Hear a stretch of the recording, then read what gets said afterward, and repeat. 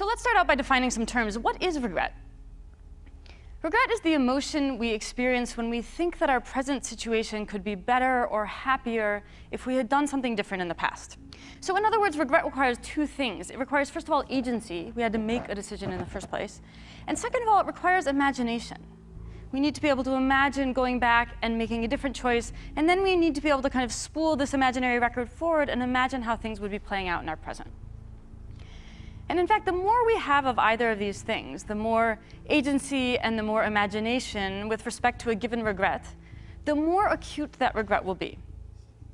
So let's say, for instance, that you're on your way to your best friend's wedding, and you're trying to get to the airport, and you're stuck in terrible traffic, and you finally arrive at your gate, and you've missed your flight.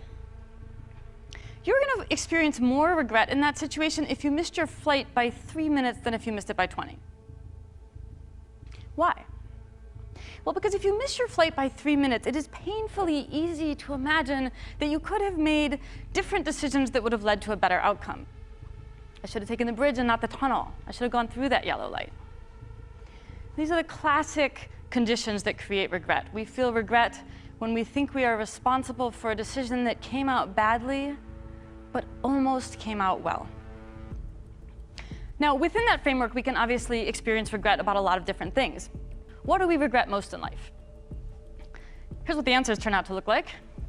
So, top 6 regrets, the things we regret most in life. Number 1, by far, education. 33% of all of our regrets pertain to decisions we made about education. We wish we'd gotten more of it. We wish we'd taken better advantage of the education that we did have. We wish we'd chosen to study a different topic.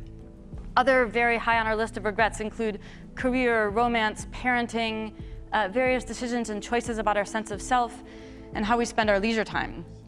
Or actually, more specifically, how we fail to spend our leisure time. The remaining regrets pertain to these things: finance, family issues unrelated to romance or parenting, health, friends, spirituality, and community. So in other words, we know most of what we know about regret by the study of finance, but it turns out when you look overall at what people regret in life, you know what? Our financial decisions don't even rank. They account for less than 3% of our total regrets. So if you're sitting there stressing about large cap versus small cap, or company A versus company B, or should you buy the Subaru or the Prius, you know what? Let it go. Odds are you're not going to care in 5 years. But for these things that we actually do really care about and do experience profound regret around, what does that experience feel like? Well, we all know the short answer, right? It feels terrible. Regret feels awful. This is obviously an incredibly painful experience. And I think it's particularly painful for us now in the West, in the grips of what I sometimes think of as a Control-Z culture. Control-Z like the computer command, undo. We're incredibly used to not having to face life's hard realities in a certain sense. We think we can throw money at the problem or throw technology at the problem. We can undo and unfriend and unfollow. And the problem is that there are certain things that happen in life that we desperately want to change, and we cannot. Sometimes instead of Control-Z, we actually have zero control. And for those of us who are control freaks and perfectionists, and I know whereof I speak, this is really hard because we want to do everything ourselves and we want to do it right. All of us who've experienced regret that contains real pain and real grief understand that humor, and even black humor, plays a crucial role in helping us survive. It connects the poles of our lives back together, the positive and the negative, and it sends a little current of life back into us. Past is the past. Just again, you have to forgive yourself for any mistakes that you've made. If any regret has been from your own agency, has stemmed from your own decisions, there is nothing to stop you from amending it. Call up that friend you've been thinking of. If you ask people what they regret, especially as they get older, what they generally report is things not done. So they don't regret so much mistakes they've made, although of course people obviously regret mistakes they've made as well. So they don't exactly regret sins of commission, right? Errors that they've actively made. They torment themselves for opportunities that had presented themselves that they did not, let's say, exploit or engage in.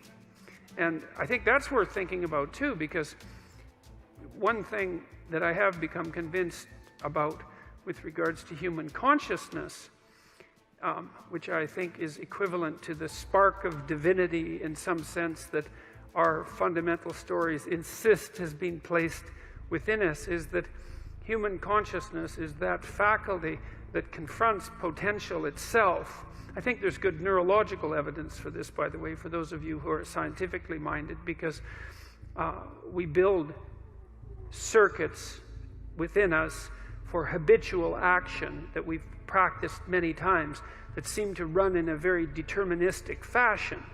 And we are a strange combination of deterministic and non-deterministic as far as I can tell. But what our consciousness seems to be for is to encounter those things that we have not yet encountered. And those things that we have not yet encountered seem to me to be those things that have not yet been brought into being. And so you could say that what our consciousness is for the encounter with potential. You know, that our consciousness is it's not for the past, it's not even for the present. It's to transform the future into the present. And really that's what our consciousness does. When you wake up in the morning, you have a new day ahead of you, and the day could take you in very many directions.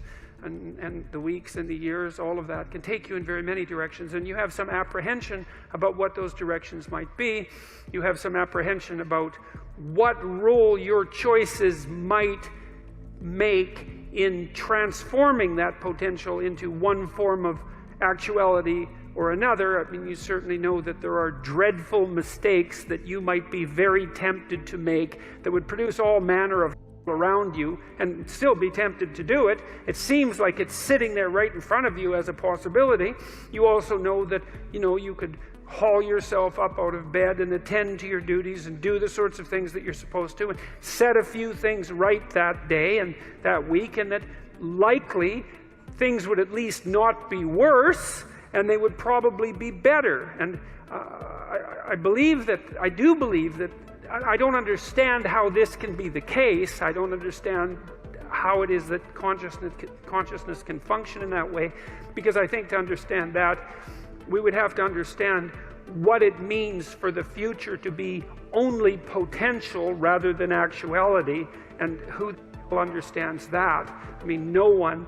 And then we'd have to understand how it is that our conscious choices and our conscious ethical choices transform that potentiality into actuality, into reality, into the present and the past. And we certainly act as if we believe that that's what we do. We upbraid ourselves. For example, when we do a bad job of it, we're upset with our children and those we love if we don't believe that they're living up to their potential. We're guilty and ashamed when we make choices that we feel are inappropriate. We understand to some degree that the manner in which time lays itself out has something to do with the ethics of our choice. And again, I would say that's a very deep idea. I think it's the most true idea I know.